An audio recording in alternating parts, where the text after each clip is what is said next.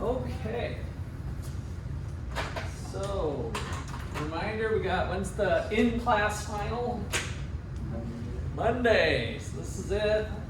And okay, we got Kennedy and Corey, if you can turn your videos on. So JC's gonna have the review session 9 o'clock on Sunday. That'll be here in the regular room. So that's the game plan. And then we've got, we're still meeting the rest of our time with doing the economic freedom stuff, some really cool stuff. So that's the game plan. All right, so yes. Oh, thank you. Yes, I did want to talk about the project. So, yeah, let me pull out the syllabus because since we're shifting things around here and the way the stuff rolled out, we're gonna focus the project on economic freedom, which is really, I mean, we've been talking about a lot of it the whole time, but it's next week's core topic with chapter 16. So, I probably won't have a copy of the syllabus in here. Does anybody happen to have their written syllabus? I thought I had, I think, oh wait, I have it in here. Nope, not that one. This one might work. It's on Blackboard too, but if I don't have to pull up Blackboard, that would be nice. Kind of my old one. Did you find it? Yeah. No, that's for a different class. I don't even know how you got that one. That was spatial economics. Oh, yeah. It looks like that. I mean, similar layout. Well, I could easily talk about it. I just thought I'd put it up on the document. Oh, wait, maybe I found it. Yep, found one. Okay, good. It was buried in there. Oh, of course I don't have this on. Okay, so let me kind of just review things. So there's 5 areas of economic freedom that will hit starting Tuesday, I guess. And so the project is going to be for you to study one of those areas, something about it or something good. There's lots of great stuff to write on. And then to do a sidewalk chalk project, which you can do ahead of time. You don't have to do it on any, I think Emily was asking if you're gonna be gone or something for your sport. You can do it whenever you want. But the sidewalk chalk is kind of fun, especially with graduation coming up. If it doesn't rain, then maybe we'll have lots of people seeing your work because I want you to do the sidewalk chalk between here and the administration building over to the CAF. So somewhere kind of in the regular atrium area. And then I can get yelled at for having my students right all over the sidewalk. So you're going to pick a country. So any country around the world that we have data on. So this is, sorry if that's a little bit small, but this is online too. So pick a country and write about the 5 economic freedom areas for that country. Discuss why you think it has a ranking. An introduction paragraph. So you can pick a country, maybe a country you'd like to visit or something to study on economic freedom. And then so skip the Bitcoin. We're not gonna have Bitcoin as an option since we didn't get into that as much other than mentioning it. So a short summary. It's not a very big project, but a short summary of the subtopic.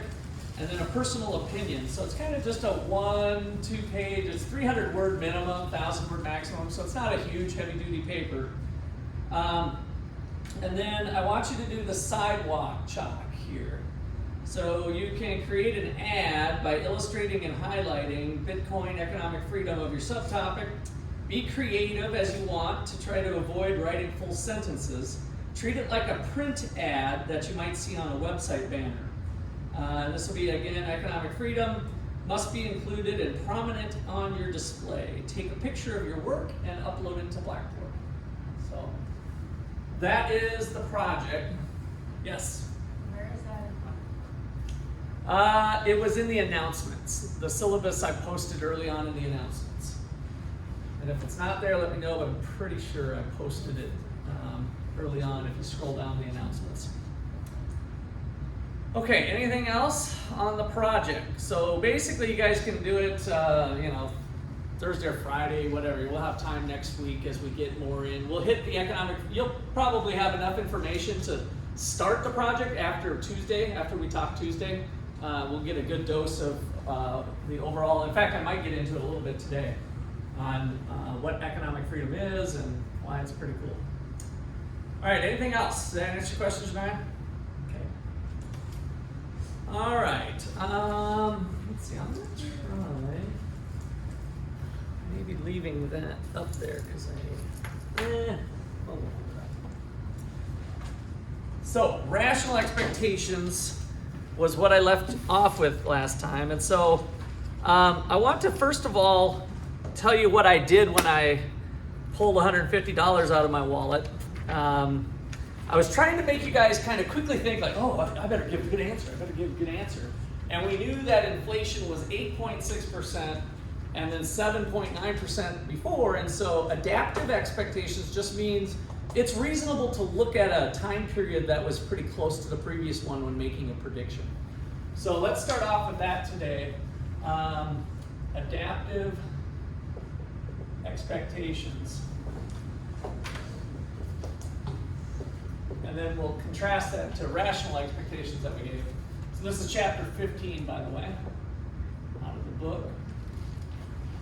So an adaptive expectation is the idea that economic decision makers, which by the way is you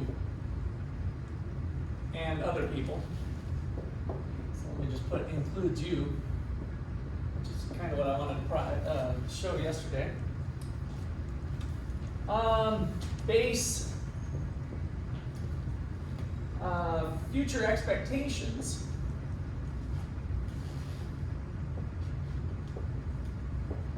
expectations on actual and recent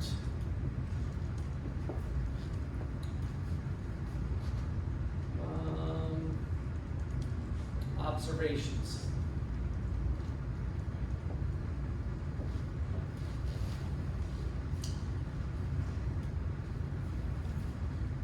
So, for example, what do you predict inflation will be next month? So this was the exercise that we did. Following adaptive expectations, and somewhat rational if that's all you had available, but if inflation in March was equal to 8.6%, and inflation in February was 7.9%, then maybe you kind of think about that and say, oh, well, what have I learned? Well, February was 7.9, March was 8.6, so it climbed 0.7%. That would be one line of thinking, is to say, well, it seems to be trending up even with just those two observations. And I think a lot of you did this. I think most of you had something in the 9s, if I remember right. Some of you might want to average it, and depending on the circumstances, but you're using that recent information. I think a lot of you had like 9.1, so we might look at this and say, the change in inflation was equal to 0.7%, which might lead a person to think, well, maybe it would go up another 0.7. So here we are, 0.4, which would be 9.3. I know some of you had 9.3%. That would kind of imply 9.3% might be your prediction. Just kind of a reasonable way of looking at things, that we don't expect inflation to jump up to 20%, and likewise, we think it'd be unlikely for it to drop all the way to 2%, since we've had some recent observations that were in that area. Okay, so questions on that one? Now, rational expectations are a little bit different. So So rational expectations is what we left off with yesterday. I'm going to give you kind of a different rundown here. So rational expectations are economic decisions based on all available information at the time of the decision.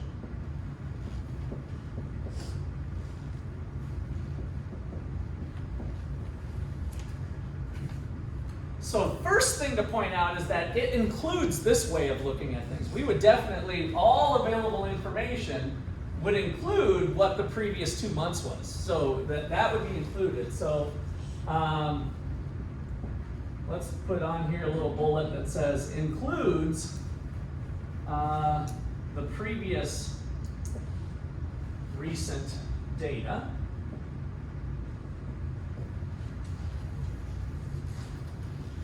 So while this one restricts ourselves to only looking at the last time period or the last few time periods of that variable, what could play into our prediction now that makes this a little more robust? What else could we be adding on top of what it was the last 2 times? What else could we be doing in terms of answering this question? What do you predict inflation will be next month? What do you think?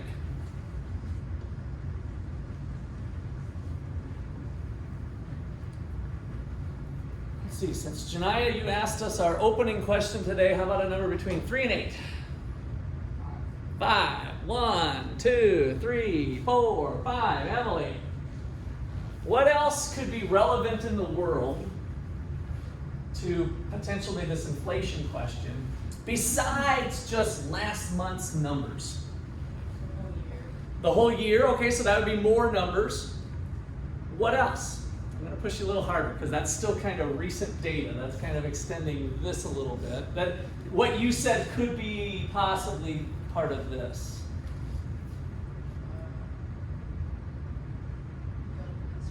Good. Yeah, no, you're absolutely right. Government spending. What else would be possibly relevant to that decision? Some other people. What's going on over in Russia? War. You know, what's changed with the Ukraine war? You know, this is just a simple arithmetic, right? This is just simple math. This went up by 0.7, so therefore I'm going to say 9.3. And that's reasonable under some circumstances, but maybe we learned today Russia hit Ukraine with a nuclear bomb. Would that change your prediction possibly here? Yeah, right? So hopefully that won't happen, but if something dramatic like that happened, if Biden announced that he just passed some sort of new spending bill for college loan forgiveness or something, that type of spending in this environment would be inflationary. So you're like, geez, you know, we climbed by 0.7 here, but everybody knows that that move by Biden's going to create a lot more inflation. So I bet next month this will probably be closer to 10, right? So now we're starting to use all relevant information that might go into the thinking of inflation as part of our prediction. So this is the big key factor here. It uses all information. So it includes the previous recent data and anything else relevant to inflation and all other information. Like, we'll put a few more bullets here. Changes in government spending, changes in taxes, war. The Fed could have done some sort of statement that they said a drastic change in the money supply. So, statement by the Federal Reserve, statement by Fed of major contraction.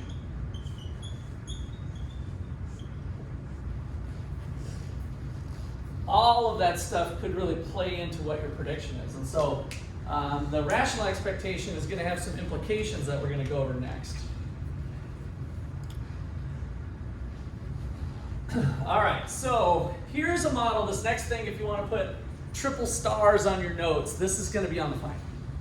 So this part's going to be on the final. It's going to be something you're going to work through. So here's our model of rational expectations. So let's call this using our aggregate demand, aggregate supply with rational expectations.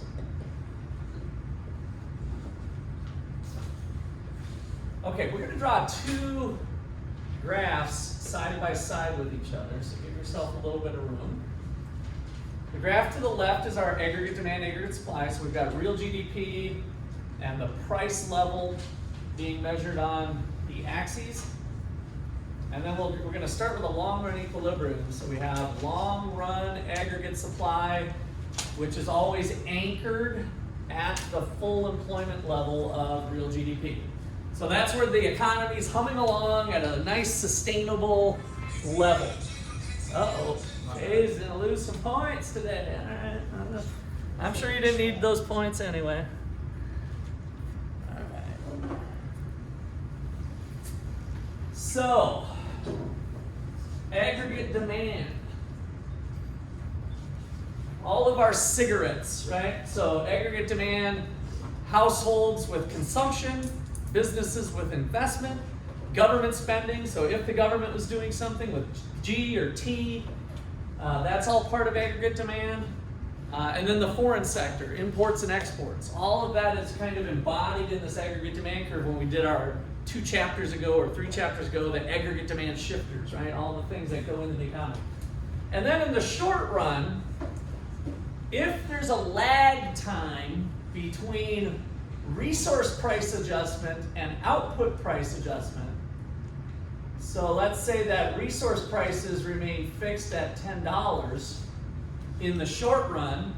So if there is a change in aggregate demand, prices at Walmart are going on the shelves of Walmart are going to change faster than the employees' wages at Walmart, right? So there's a lag time. This one goes up, and then this one, maybe it starts finally going up, right? So that's what's captured by this short-run aggregate supply curve being upward sloping, that resource prices are assumed to be fixed along it. Okay, now I want to introduce something new over here, and that is the Phillips curve. So the Phillips curve looked like this, and I don't know if you can't remember if your book uses any fancy notation. Yeah, just PC. So over here we're measuring the Phillips curve.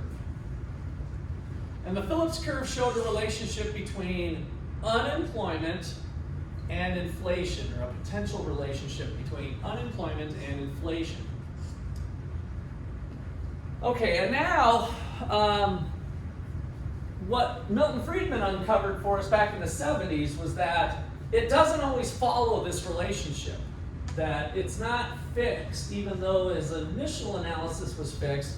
And what we've come to learn from people with thinking about rational expectations and some other things is that it depends on inflation expectations.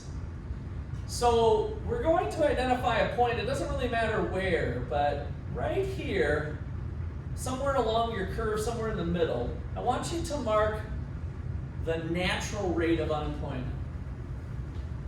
Now, who remembers, since we're kind of reviewing for the final a little bit today too, natural rate of unemployment, what types of unemployment were there with the natural rate of unemployment? Who's got their thinking cap on from way back when? Which one? Working from home? No, that wouldn't be a type of unemployment. We had kind of 3 types. You could describe the types. What are reasons why people don't have a job? Let's start with that. Why are people who want a job or are working, but they don't have a job currently, why might they be unemployed?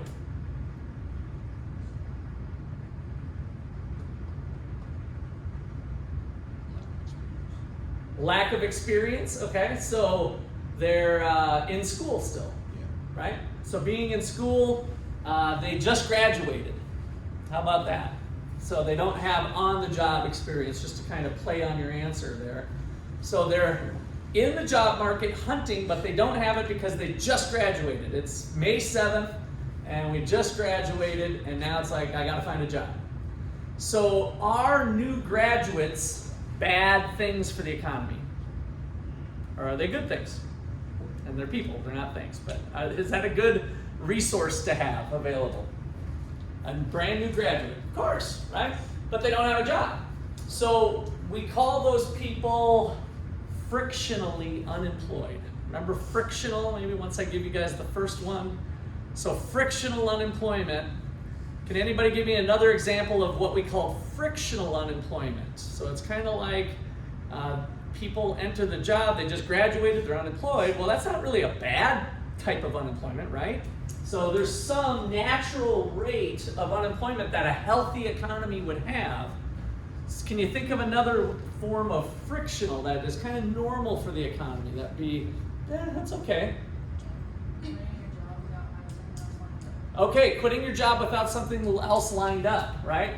So take this job and shove it, you're in between jobs, but you voluntarily quit your job, right? You didn't like your boss, so you quit your job, and you did it voluntarily, so that's not bad, you're just in between jobs. So that's the frictional part. What was the one where your job skills become obsolete? Like you're a VCR repairman? Structural. So as the economy evolves with new innovations and new technology, is new technology bad for the economy? Is new technology bad for the economy? No, of course not, right? So we've learned it might be bad for you because you're a VCR repairman and you're damn good at it, but we don't need you anymore. There's no more VCRs to repair, right? We're streaming everything. So that's okay. That's structural unemployment. So structural and frictional unemployment are the two components of the natural rate. The third component was cyclical unemployment due to the ups and downs of the economy. And that one we're thinking, that's not so hot. Why, that wouldn't be part of it. It's just something that occurs maybe because we go through the ups and downs of the economy, and so we might have some cyclical unemployment. Okay, so at the natural rate, we're going to have expected inflation fulfilled. So our actual inflation level is equal to our expectations.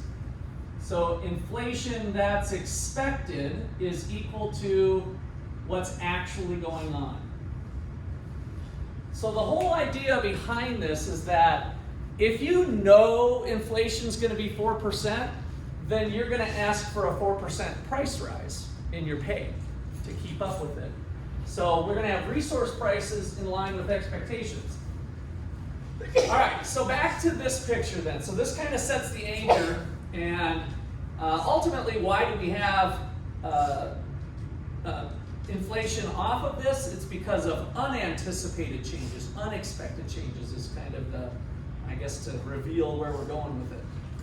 All right, so back to this picture. Here we are at the economy, and let's just say that we are at a price level of 100, just to keep the numbers easy. And we know that the Federal Reserve is doing some things. We know that Joe Biden has some plans with government spending and taxes, and so we've taken all of this. We got the war of Ukraine, and so given all the circumstances, we're going to expect the economy to be right here. So let's call this AD, and let's put a superscript E. That's where we expect the economy to be. It's not there yet, but we're making this prediction in the future using all available information. That is listening to professionals and experts, and this isn't just Uncle Joe, what do you think is going to happen with the economy? But we're kind of getting a general sense of what we think the economy is going to be, and we come up with this level, ADE, the expected level of inflation. The expected level of aggregate demand. That then gives us an expected level of inflation. And it's not here though, right? Because we know that the economy, once resource prices and output prices adjust, we're more long-term thinking now. So the economy is actually going to be here at the intersection of the long-run aggregate supply curve and the expected aggregate demand curve. So we expect the economy to come honing in here at a price level that's expected to be 103.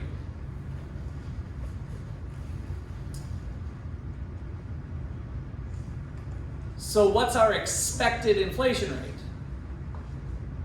3, right? So 103 minus 100, this is our change in the price level. This is the inflation, is the new number minus the old number divided by the old number. You need to know that for the final. New number divided by old number. By the way, remember we have a formula sheet that's allowed for the final. It's got to be handwritten. Formulas only, no words. I will take the formula sheet away at the test if there's any words on it. But as long as you're using these basic formulas, no graphs, no nothing, just formulas. That's all you're allowed for the final, handwritten formula sheet. So new number, you could do, this could be one for your final. Percentage change in variable X equals, and it could be price level. I'll use the price level. It could be X, but price level equals the new minus the old. Oh, that's a word, so how about new minus the price level of the old? Almost broke my rule. Or this is 2 minus 1 divided by 1, whatever. Percentage change in the price level is inflation. So this would be allowed.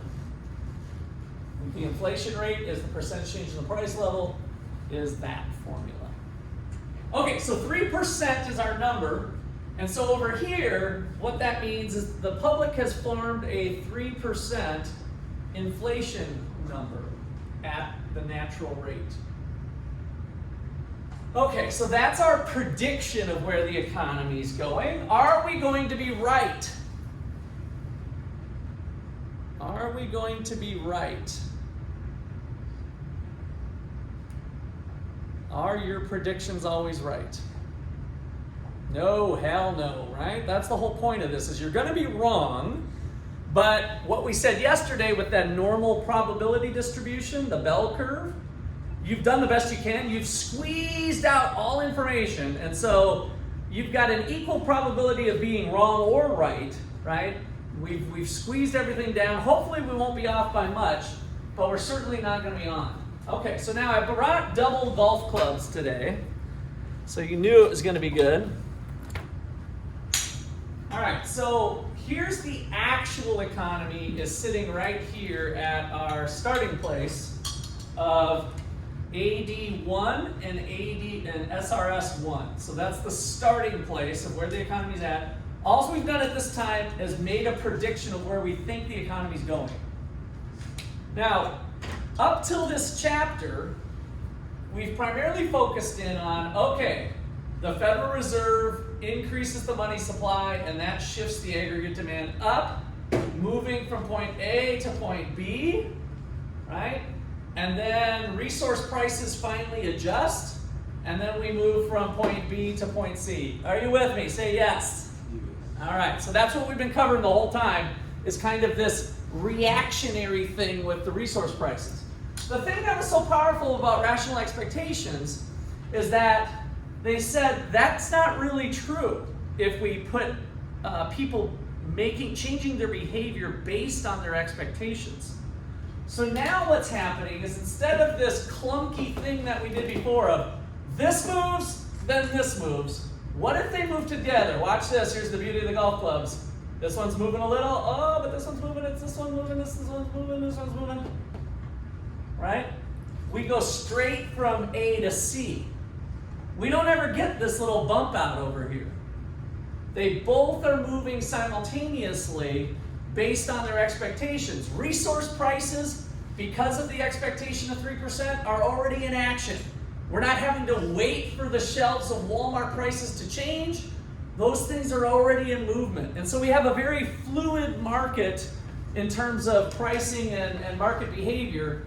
And so that stuff is moving quicker than what we think. And so what happened here with this relative to the Phillips curve is that, remember, the Phillips story was that we had a long amount of data, like 100 years worth of data, that said it looked like there was this trade-off.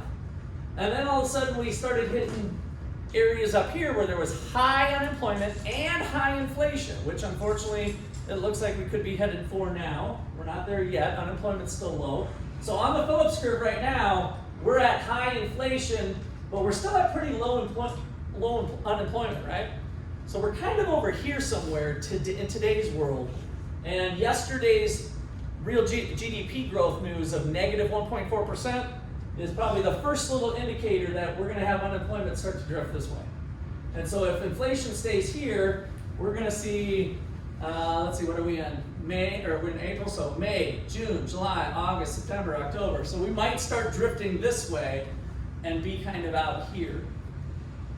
And the reason why we have this stable relationship is that inflation expectations were pretty stable for like 100 years.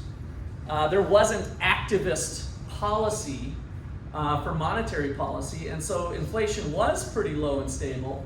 And when that's the case, then we'd expect there to be this kind of trade-off.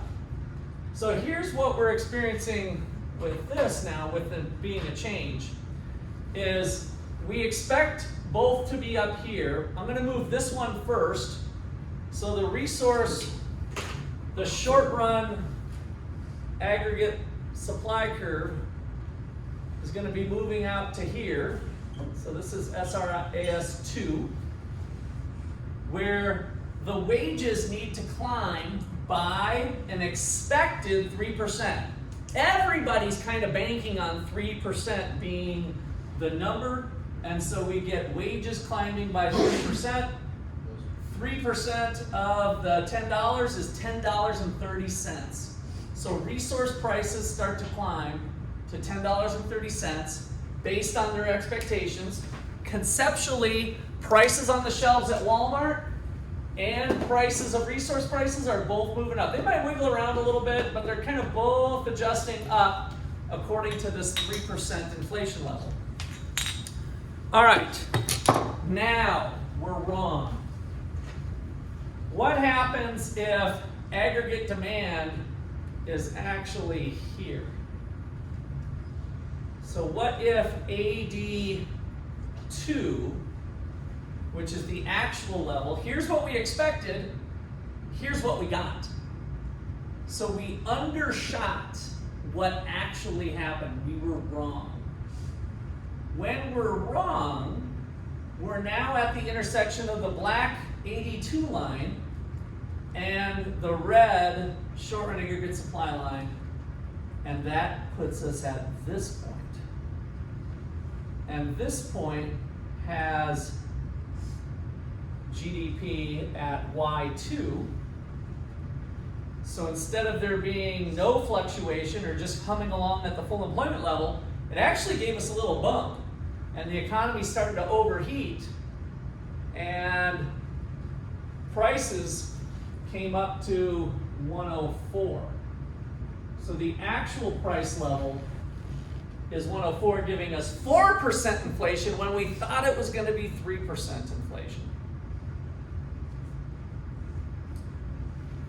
So on this graph, we've moved along the Phillips curve from 3 to 4% when inflation was actually 4. And unemployment improves, it goes down, corresponding with the level of real GDP. So one thing you might do on your graph, just to for a reference point, is that, remember, the full employment level of output in this graph is connected to the natural rate of unemployment. Those two things kind of go in harmony with each other. And then we start to see the connection when real GDP goes up, which is good, one of our 3 biggies that you're going to have to know for the final, 3 biggies. Increasing GDP, that's good.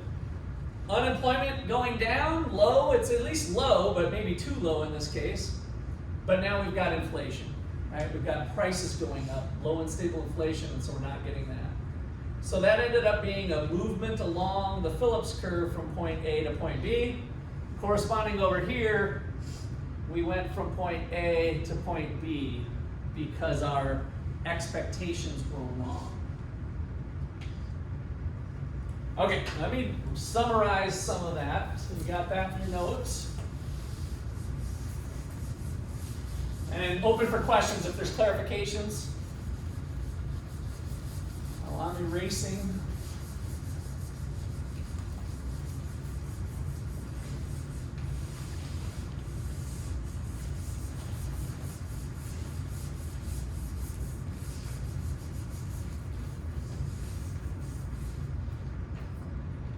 Okay.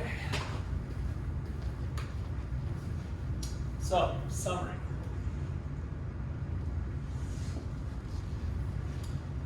So number one, economy is in a long run equilibrium, point A. In each graph, we'll just leave it at point A, that's our starting place. All three lines are crossing.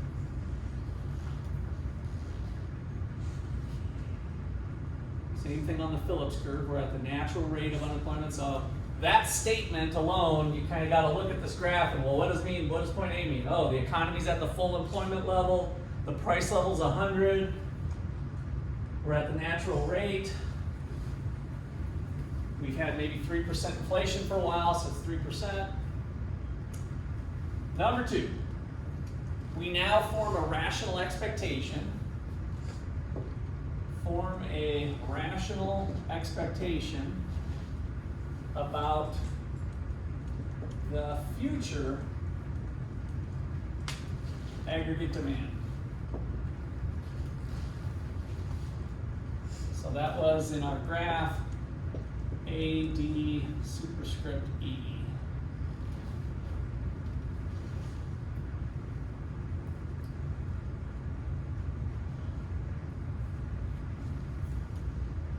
Where we think the economy will be then gives us our expected inflation rate. So expected inflation occurs where the expected aggregate demand curve intersects the long run aggregate supply curve.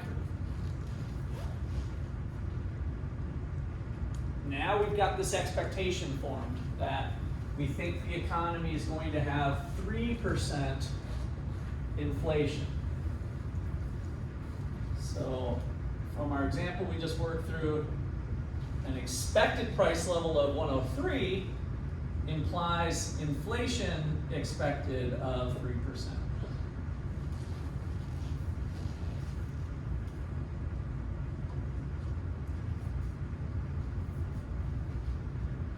Okay, then time elapses, right? So as time moves on, we learn the actual change in aggregate demand. And from the graph here of what we did, we were wrong. We were wrong and underestimated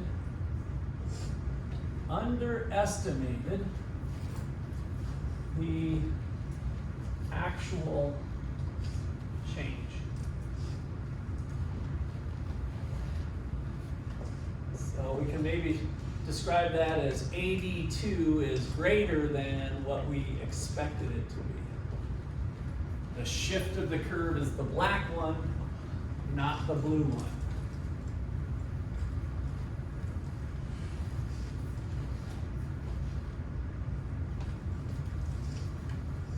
Okay, number 5. The economy is going to now move to the new short-run equilibrium. The economy moves to a new short-run equilibrium.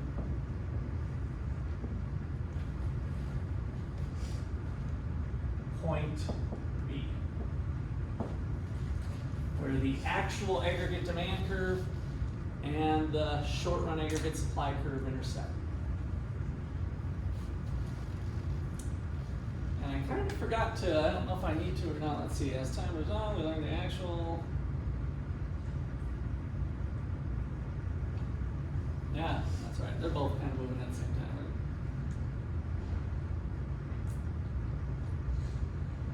right? Kind of want to sneak in a little note here. Let's just try to squeeze in one little note. I just didn't want you to not have in your notes this thing here with the short run aggregate supply curve. So let's sneak that in right here. However you guys can sneak it in. There's an increase in the short run aggregate supply curve, or actually, I'm sorry, there's a decrease, shift to the left. Kind of looks up, but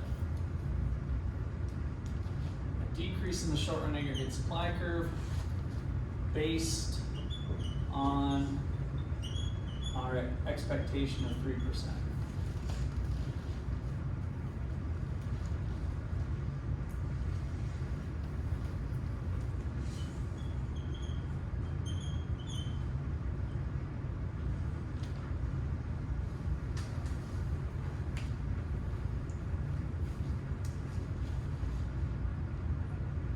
All right, so back to step 5. Everybody cool with that little adjustment? I just kind of wanted to make sure we got that detail in there. Economy moves to a new short run equilibrium point B. And now we have inflation higher than expected, which is our result. So number 6 is that the actual inflation rate is greater than what we had expected it to be.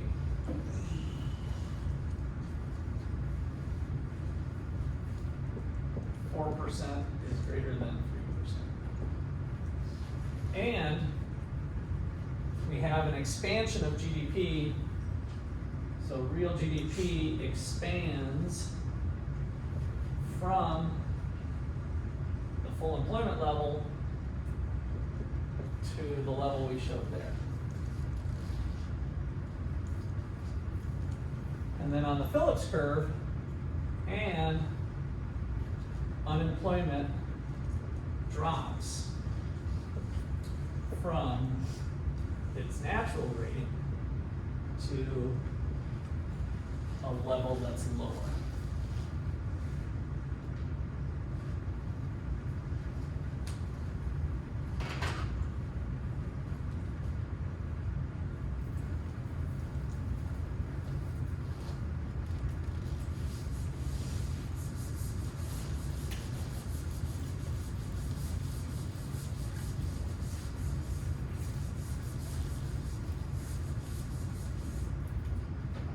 Okay, any questions? I'm going to give you one last summary of why this was important finding. So rational expectations was a theory that was developed in the 70s, somewhat in response to all the Keynesian stuff that's been going on. So why is it important? So conclusion.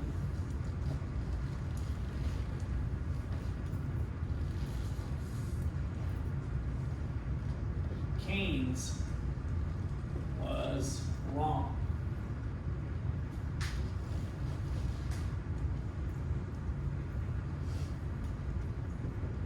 Expectations play an important role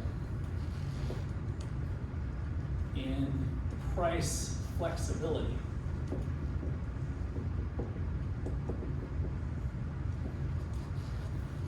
When Keynes did his analysis, prices were pretty stable. And so it looked kind of normal because prices, he hadn't ever observed price inflation jumping by 10 or 12%. It had always been pretty stable. In other words, expectations were pretty stable. So it didn't factor into his equation. It's not like it was maybe a big oversight on his part, but it really took some real world experience that we saw with high inflation later to bring this in. So expectations play an important role in price flexibility. And so markets don't take as long as expected. Markets, and let me just put market prices. Market prices adjust much quicker than what Keynes predicted.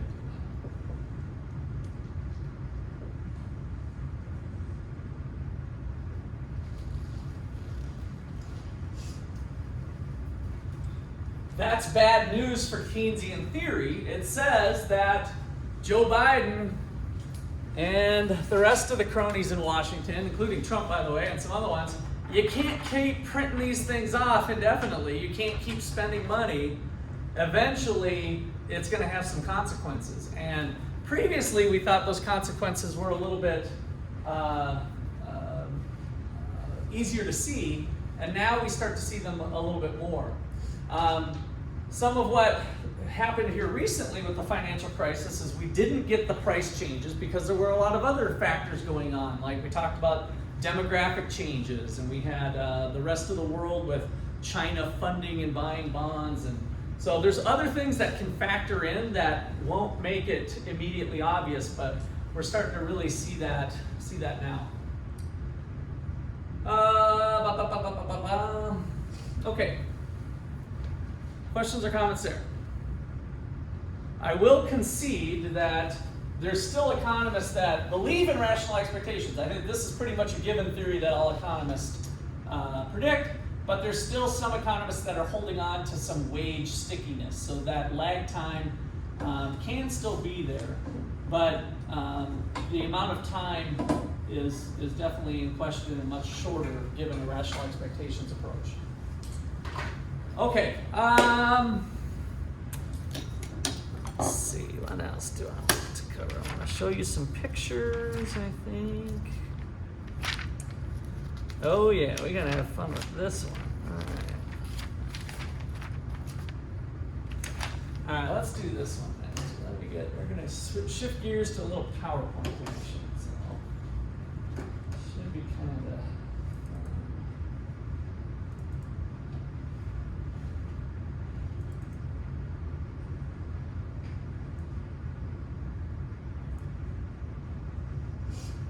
So I gave a presentation when I first started here at Ottawa called Deficits. Does size matter? Yes, it's a little racy. It's a little risky.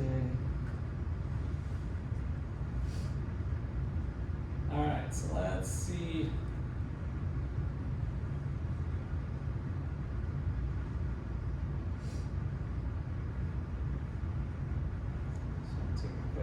Okay, yeah, this will be fun.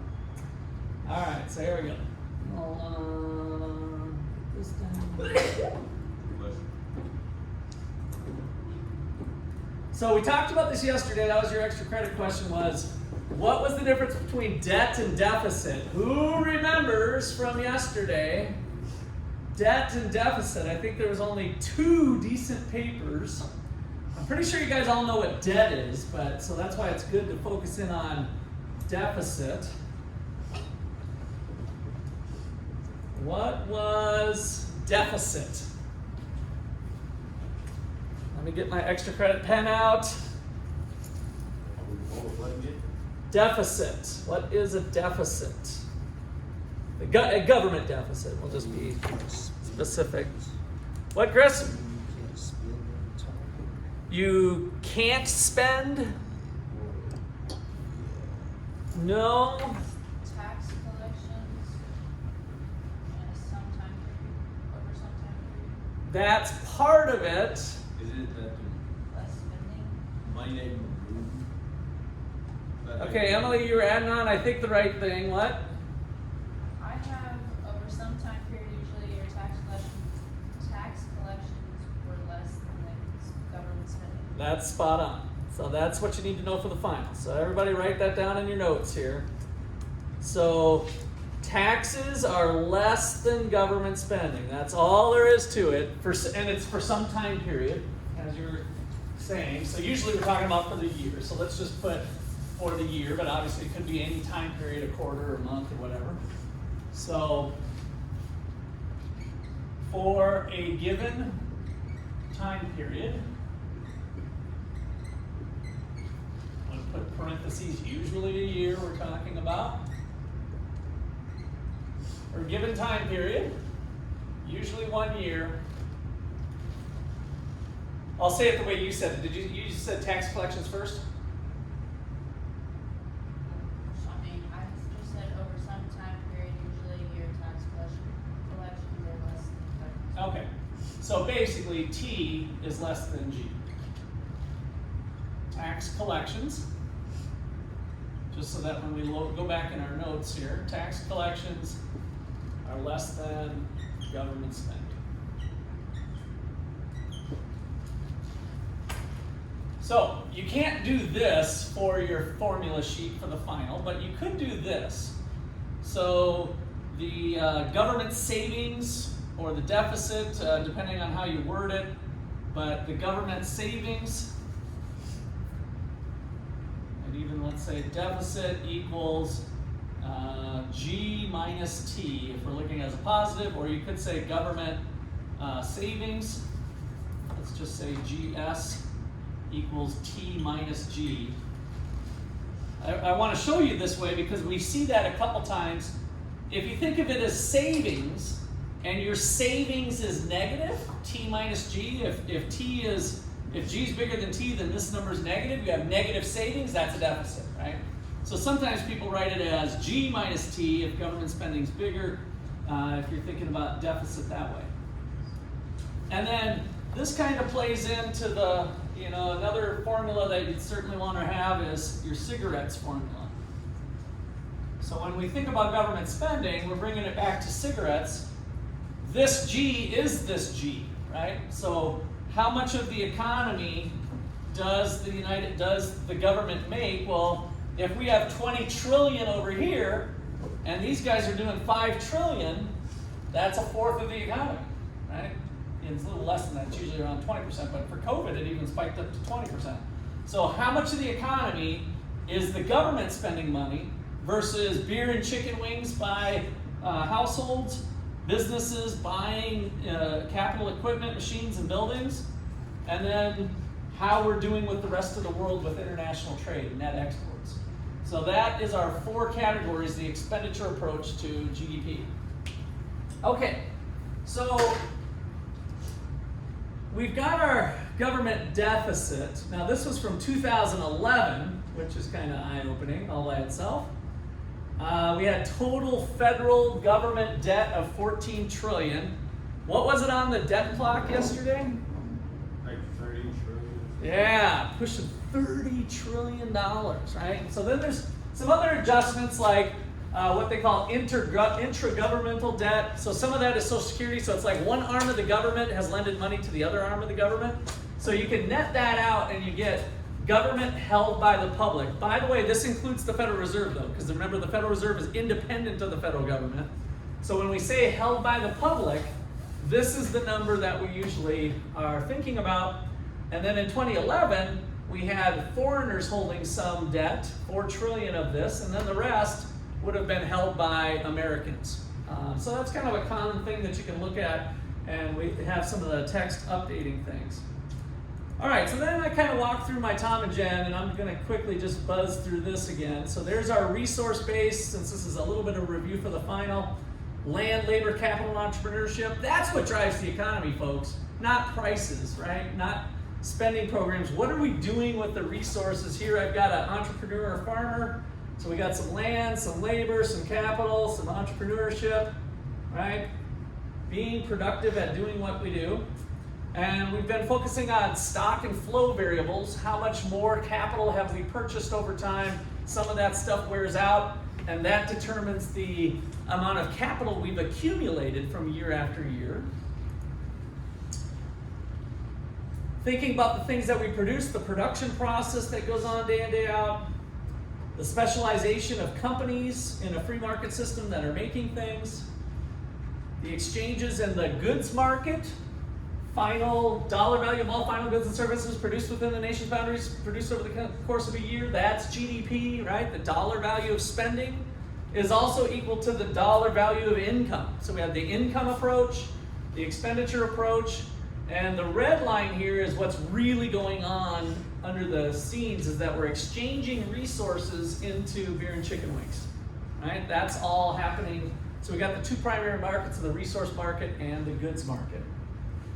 Enter the government, that has to enter the markets because we've had those resources allocated. So some of the resources go to the White House, they spend some money on weapons of mass destruction, they buy some labor and resources, and then they do a little Robin Hood spending, right? So we've talked about transfers from the employed to the unemployed, rich to poor, healthy to sick, all that.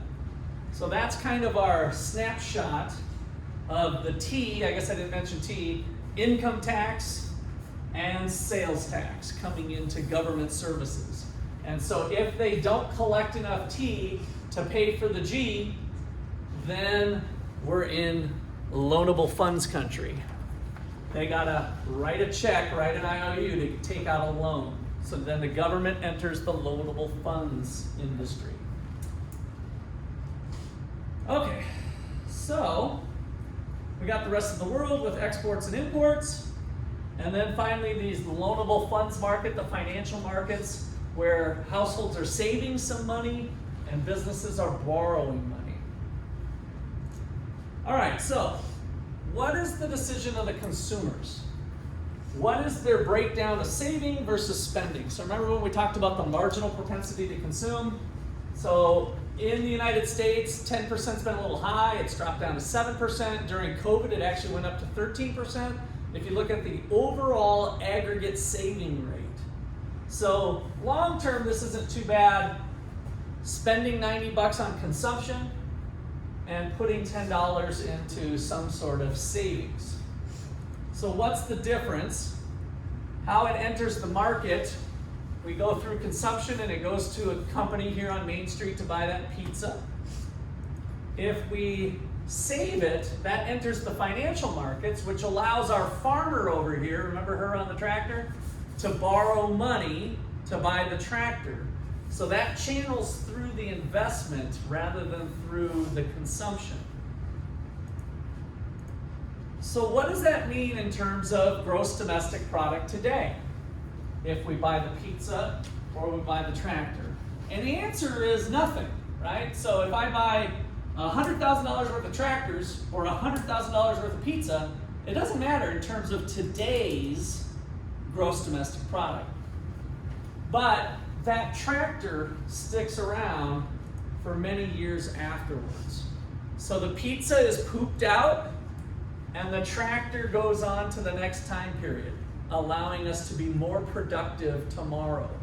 And so that's one of the sources of economic growth, is acquiring more tractors and more capital.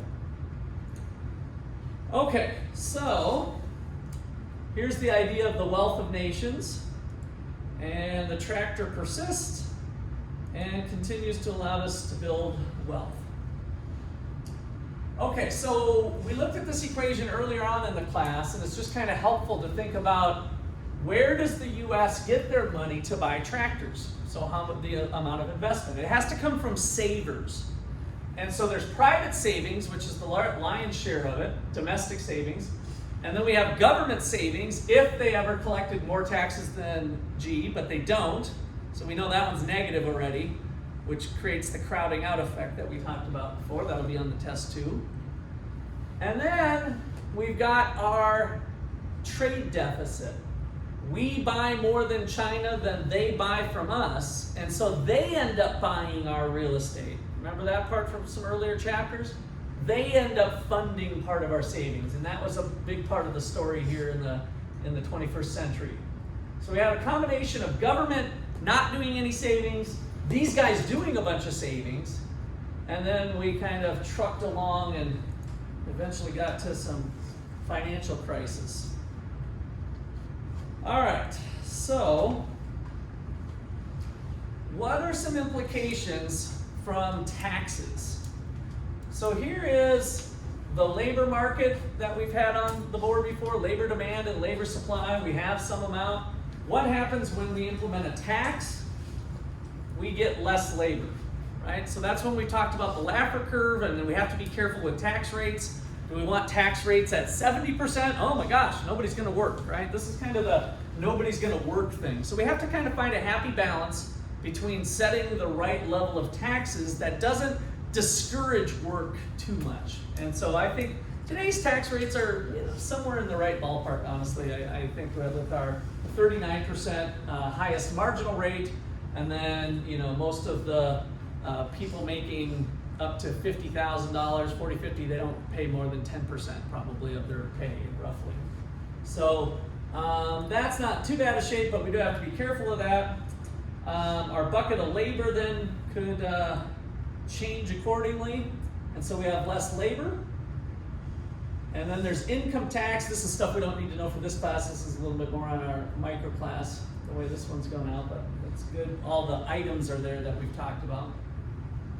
How about our savings? So here's the loanable funds market, the demand for loanable funds, the supply of loanable funds. What happens when we tax savings? Same thing. You start taxing things and people do less of it, right? So we have less savings, less loanable funds, less tractors going on. Okay. So the United States has a combined tax hit of around the 40% in terms of what's called the tax wedge. So we get hit at the tax register, 13%, and about 32% in income tax. All right, so what does this look like? COVID's kind of blown this out of the water, but relatively speaking, this has been pretty true. There's a little bit of information on this. This is probably a little more detailed than what the text gets into, so I won't spend a lot of time on it. But there's the T, receipts, income tax, Social Security, corporate income taxes, and direct business taxes. And so we had 2.8. And so we have most of it coming from households, and then the corporate tax being a little bit less. How much are they spending? Their G is bigger than the T, which has gone on for 40 years plus. And sometimes a shock to people is that a lot of this is the Robin Hood stuff. So a lot of it is the transfer payments. And then T minus G gives you the deficit. All right. So what? The fact that we've got this $9 trillion worth of debt, and this one was updated here.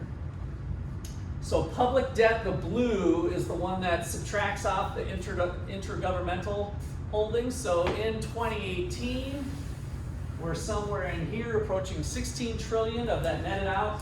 We're at about 23 trillion in terms of that number today. So here back in 2000, actually this one, I think this one might even be more recent, but so remember the Federal Reserve holds part of that, US investors, US government, foreign investors, so that's kind of breaking up the pie. And that was going to be one that I might show from, since I have it here and I have the thing all on, let me give you updated shots here.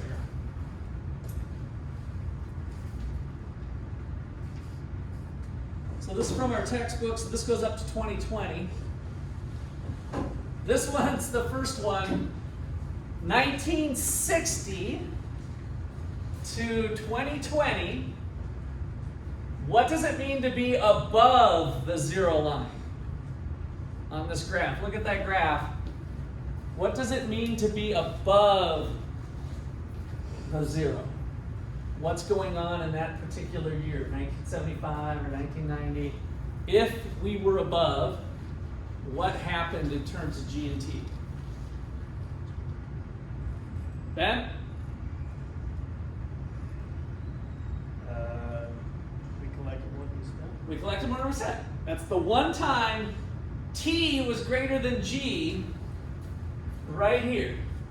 Otherwise, here's the history of patheticness, whether it's been Republican or Democrat, bear in mind, right? This is just across the board. The government's not paying their bills year after year, thinking that I can always borrow from you and your babies. We'll figure it out later. The political process is kind of broken in that regard, similar to how it's broken for a lot of US consumers. when they're your age. And that's why I hope all of you have the opportunity, a lot of you have already, to take my personal finance class. Don't do this.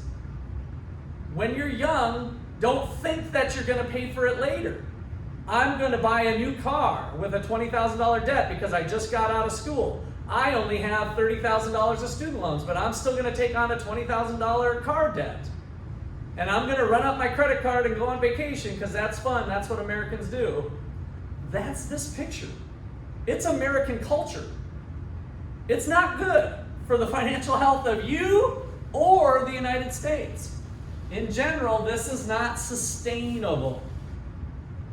If this line was like, oh, maybe here, I'm happy to have a conversation. Like, sometimes we go into surplus, sometimes we go into deficit. I'm not saying we have to have a balanced budget every year, but we should be kind of paying off and not just this perpetual 60 years of deficit spending.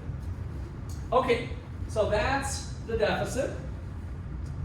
Here is the debt. So here is national debt as a percent of GDP. Look at this. Maybe I should go back over here. Maybe we should start where we're at today. What does it mean for it to be at 100%?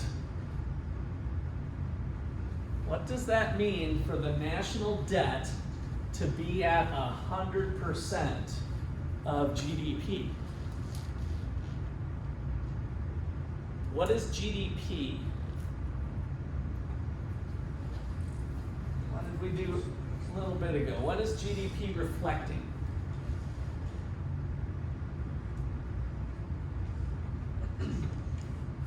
Tonight. I shouldn't have looked at it. Yeah, when we think about the GDP of the nation, I mean, what would you tell the average Joe on the street? He's like, why do I give a damn about GDP? And what would you say that represents for the United States? What's one way to think about gross domestic product for the United States?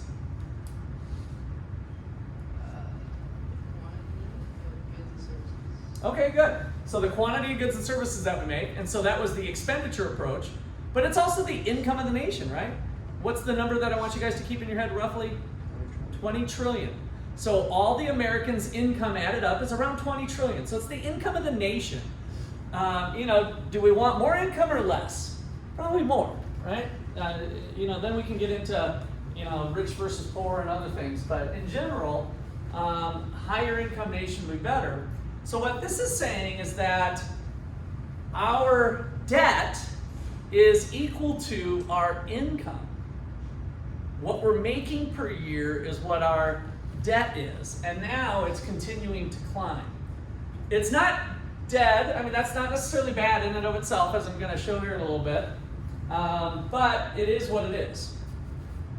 Okay, any questions on that? And so then, by the way, this was the held by the government thing, so the privately held debt as a percentage is still up there quite a ways at approaching 80%. And then this is the thing about who owns the debt. And part of it's China. So we've got national debt of $23 trillion. Remember that? So that's what I was saying. That's the number I want you to keep off the top of your head. That's the income of the nation. We've got about that in debt. And so private investors, 62%. U.S. government agencies and the Federal Reserve. So then if we subtract out the intra-governmental debt, this is the share of the pie. 46% of our debt is owned by foreigners. So some people look at that and they say, they own us. This isn't right. I'm an American. And I'm like, it doesn't bother me at all.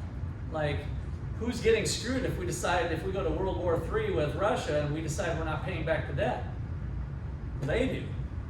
I think we kind of hold the power. I don't think we do that, nor should we, by the way. I'm not advising that, but my point is that it's not a bad position to be in. They don't have any extra power over us to call the debt or something. So it's not as much to be freaked out over that some people do. Okay, so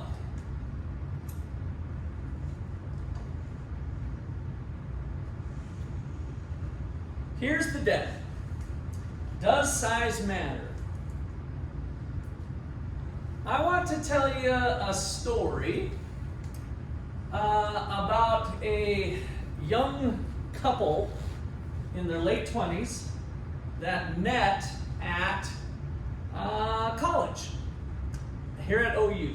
And they currently are, living their lives like normal Americans. They didn't take my personal finance class, so they've been running up some bills and had some student loan debt and continuing to live life that way. But, is that a bad deal? So this is a lot of money here. We got 9.7 trillion. The reason I put all the zeros on here is we almost never write out all the zeros, right? And I just want to kind of show the enormity of it, that it's kind of a big deal. So let me bring it down to earth by just taking off some of the zeros. And so now let's suppose that our young couple that graduated from OU has $97,000 worth of debt, and combined income, they're doing pretty good at age 28. They're both making $145,000 combined, right? So they bought a house, and then this year, they took on some additional debt, $13,000 of extra debt. So they currently have $97,000 of debt. They've taken on new debt this year of $13,000, but they're making $145,000 a year. Is this couple in big time financial trouble? Would you say this couple's in big time financial trouble? $145,000 a year, $97,000 of debt, which might be a house, by the way, so they might have bought their first house, and then maybe they charged a few things, bought a new car, did something. They had $13,000 added on to that. So now that you can imagine this going up to $110,000. Is this couple in big time financial trouble? Or would you say they're doing pretty good? How many of you can even think about earning $145,000 sitting in your seat you are now? $145,000? How much are you making right now? $20,000? How much are you expecting your starting job to be? $40,000? $145,000. If you're living now, if you're in San Francisco, you might not be getting to first base. But if you live in Kansas City and you're making $145,000, you're not doing too bad. So what do you think? Are these guys in big financial trouble? Yes or no, class? Let me try that again. You guys are terrible at this. I was hoping that close to the last week class we might get better. So, $145,000 a year, $97,000 of debt. They took on $13,000. Is this young couple from Ottawa University in big financial trouble, class? No, they're not, right? Very manageable, very manageable. And so the reason I bring this up this way is that does the size of the deficit, does the size of the debt in any one particular year, is it that big of a deal? You can kind of step back and say, no, possibly not. But is 60 years worth of deficits, is this something to be concerned about? My answer is yes. If this is our young couple and our debt continues to go up to $145,000 a year, and then it continues to go up to $160,000 a year, and our couple has had a lot of fun. They've traveled all over the world, they drive fancy cars, but are they eventually going to be broke? Yes. That's the moral of the story. I do think it matters over time, but less in any one particular year if you've got a plan. The United States does not have a plan right now that's a decent one for the long haul. Congress keeps meeting and kicking the can down the road and kind of putting a little Band-Aid on this and fixing this and trying to get reelected. We don't have a real solid plan. I could give that young couple a real solid plan and they'd be doing really good. So we'll pick up there on, Tuesday is when we'll pick up lecture. So the in-class final is Monday. We'll see you then. JC is 9 o'clock here in the classroom. Adios. Oh wait, you guys didn't get your point thing down. Oh. Got the rest. You can leave if you want, otherwise, what does deficit mean? Gotta know that. Quick little jot that down. What does deficit mean? And then you're out of here. I blame you guys for not reminding me. But you were so engaged, so excited. That the chalk